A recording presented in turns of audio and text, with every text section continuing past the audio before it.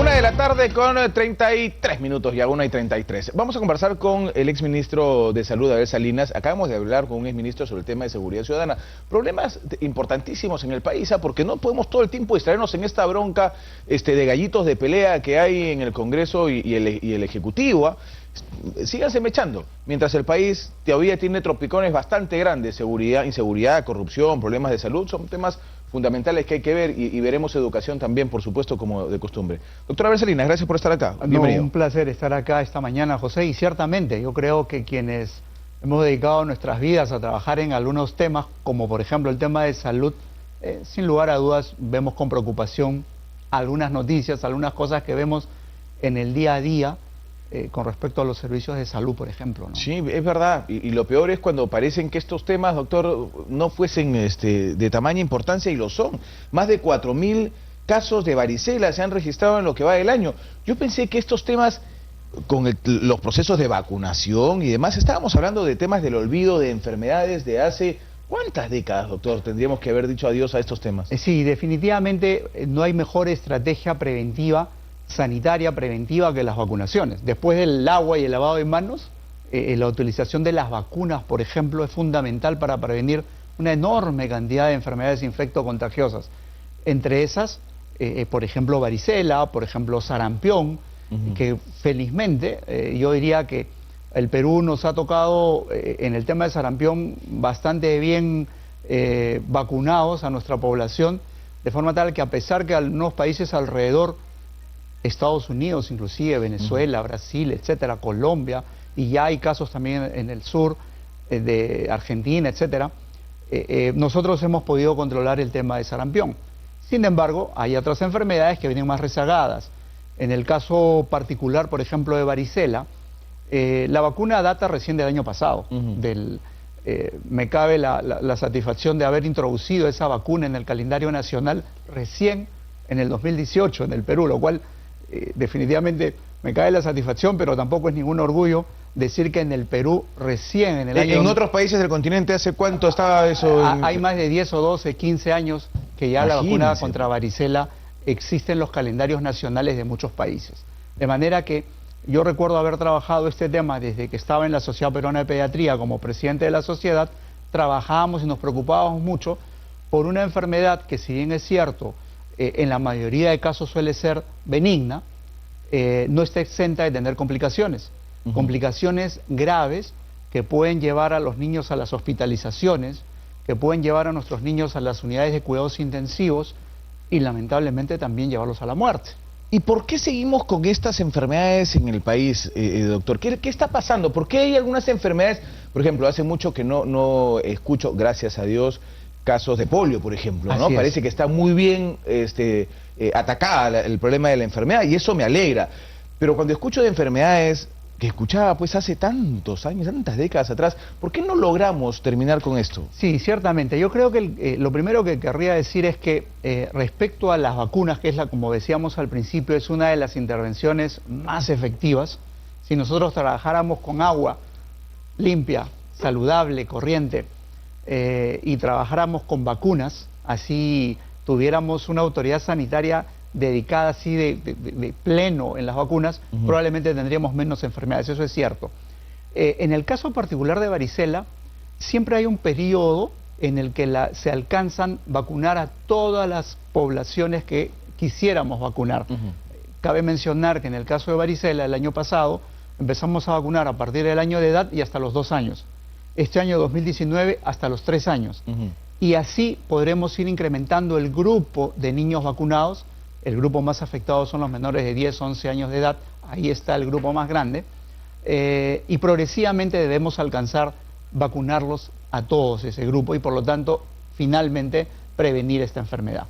Bueno, ¿y esa es una proyección de cuánto tiempo? Mire, una introducción de una vacuna siempre nos toma 3 o 4 años llegar al nivel. Podríamos decir que por ahora, del grupo que se ha escogido, de los menores de 3 años, debemos estar ya en la mitad, casi el 50% de los niños ya vacunados contra varicela, desde el punto de vista del Ministerio de Salud. Hay un grupo más pequeño que se vacunan desde hace muchos años en el sector privado, lo cual ya era pues un tema de inequidad notable. Total, ¿no es cierto? Es decir, si un niño tenía un papá con posibilidades de pagar la vacuna, seguramente estaba exento de todo esto. Mientras tanto, el niño cuyo padre no podía pagarla ha tenido que esperar todo este tema. Tantos años, doctor. Tantos años para... años. Pero al final ya lo tenemos. Ya estamos, yo diría, casi en el 50% de la meta de este año. Pero 4.000 casos no es bastante. Y seguramente son más, porque en realidad no todos los casos se notifican. Recién desde el 2016 tiene notificación obligatoria por parte del Ministerio de Salud, pero también es cierto que como a veces varicela es considerado como una enfermedad benigna, ahí hay responsabilidad de todos los profesionales de la salud, incluidos los médicos, a veces no notifican, o a veces la información no llega oportunamente. Discutíamos el otro día en el Ministerio de Salud, en el Comité Consultivo, la importancia, la obligación que tenemos, la prioridad de mejorar nuestros sistemas de información. A veces no estamos seguros de cuántos niños hemos vacunado, cuántos nos faltan por vacunar, cuáles son susceptibles de enfermarse, porque no tenemos una data adecuada. Es algo que necesariamente en el Perú tenemos que trabajar con muchísima fortaleza. ¿Cómo está nuestro sistema, doctor? Usted lo ha visto desde adentro cuando ha sido ministro también, pero ¿en qué podemos variar? La gente se asusta, porque ahora, por ejemplo, estábamos con los representantes del CIS y nos decía que están en azul y que, si bien es cierto, están completando el pago a todos los hospitales, lo cual me parecía bien. Decía, bueno, una posibilidad de recursos para los hospitales, pero hay que verlos bien invertidos, hay que verlos correctamente gastados, ¿no es cierto? Es correcto. Yo creo que nosotros tenemos un sistema de salud o un pseudo sistema de salud que significa una cantidad de financiadores de la salud, Seguridad Social, el CIS, el Ministerio, gobiernos regionales, locales, etcétera, que funcionan autónomamente, sin seguir una línea real, y que además existen una cantidad de prestadores, públicos, privados, seguridad social, policía, establecimientos militares, etcétera, actúan desarticuladamente. Y eso, la consecuencia es que el servicio que llega finalmente es deficiente, causa mucha insatisfacción. Basta mirar, darse una vuelta todas las mañanas por cualquier hospital y se darán cuenta la gente haciendo filas, colas, amanecidas, mendigando una atención. Por eso habla de un pseudo sistema, porque no hay una articulación entre los diferentes los hospitales. Y yo creo que esa es una obligación, esta es una emergencia que tenemos que tomar rápidamente. Hay mecanismos para hacerlo y yo creo que se están dejando de lado. Creo que los servicios de salud, por lo tanto, están gestionando el presupuesto ineficientemente. Ya basta mirar cómo va la ejecución, no solamente en los gobiernos regionales, en equipamiento, en medicamentos, etcétera. Lo único que va bien, porque es el gasto corriente de planillas, ese es muy fácil, ¿no? Yo lo tengo programado para todo el año. Sí, claro, y no varía gran cosa, así que... Pero lo demás... Pero algunos ni así, doctora. Ah, sí, bueno, hay cosas, y aquí hay una responsabilidad compartida de gobiernos locales, gobiernos regionales responsables de la salud, pero también del gobierno nacional, en que no ha gestionado adecuadamente. Desde hace algunas semanas vengo diciendo, porque en algunas exposiciones me dicen, sí, pero necesitamos más presupuesto. Y yo digo, sí, necesitamos más presupuesto para salud, pero también es cierto que necesitamos más salud con el presupuesto que tenemos, porque estamos devolviendo una cantidad. Pero claro. Entonces, yo creo que ordenémonos bien, gestionemos mejor y seguramente vamos a tener resultados de primer nivel. Justo la vez pasada que logramos conversar unos minutos con la ministra Tomás, que dicho sea de paso se ha comprometido a venir, hasta ahora no viene la ministra, está en una agenda muy cargada seguramente, seguimos esperándola. Reconocía algo que hasta ahora yo no sé que haya variado, y es esta especie de desenganche que hay del ministerio aquí, ¿no es cierto?, con las regiones. Porque se supone que, si bien es cierto, en un afán de descentralización, creo yo, mal visto, doctor, en el gobierno de Lapra supuestamente lo trabajaron con mucha fuerza, pero yo creo que está mal orientado, se le entrega presupuesto a las regiones, y se le dice ya, tú te encargas de la salud en tu región, tú te encargas de la educación en tu región, y el ministerio parece ser un ministerio de Lima, cuando lo que se necesita es un ente rector de políticas de Estado para el país en general. Es correcto, y eso es precisamente lo que está haciendo falta.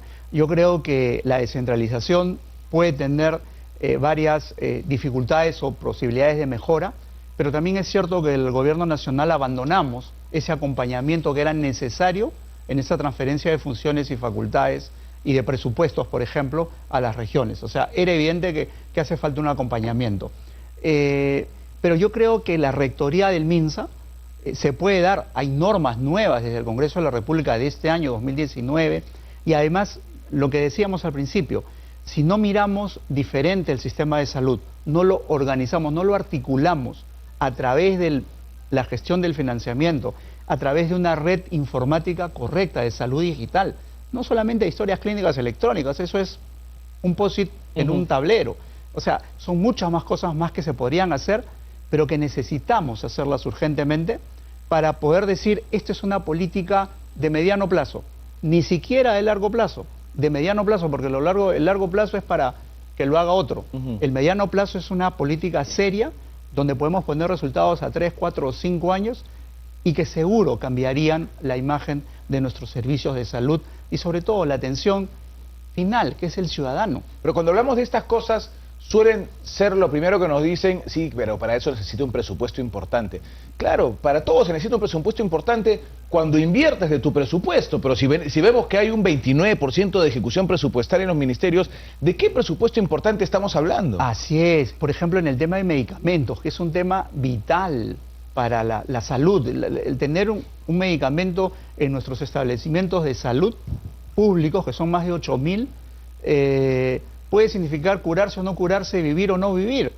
Y sin embargo, la compra corporativa del 2018 todavía no se termina y estamos terminando el 2019. ¿Cuándo llegarán esos medicamentos, esos insumos? Entonces, por eso decía, es cierto, necesitamos más presupuesto para salud, pero antes que eso, necesitamos más salud con el presupuesto que tenemos. Doctora Abel Salinas, siempre un gusto tenerlo en el programa, muy amable. No, con todo gusto. Gracias por habernos acompañado. Antes de irnos al corte, tenemos información importante, último minuto.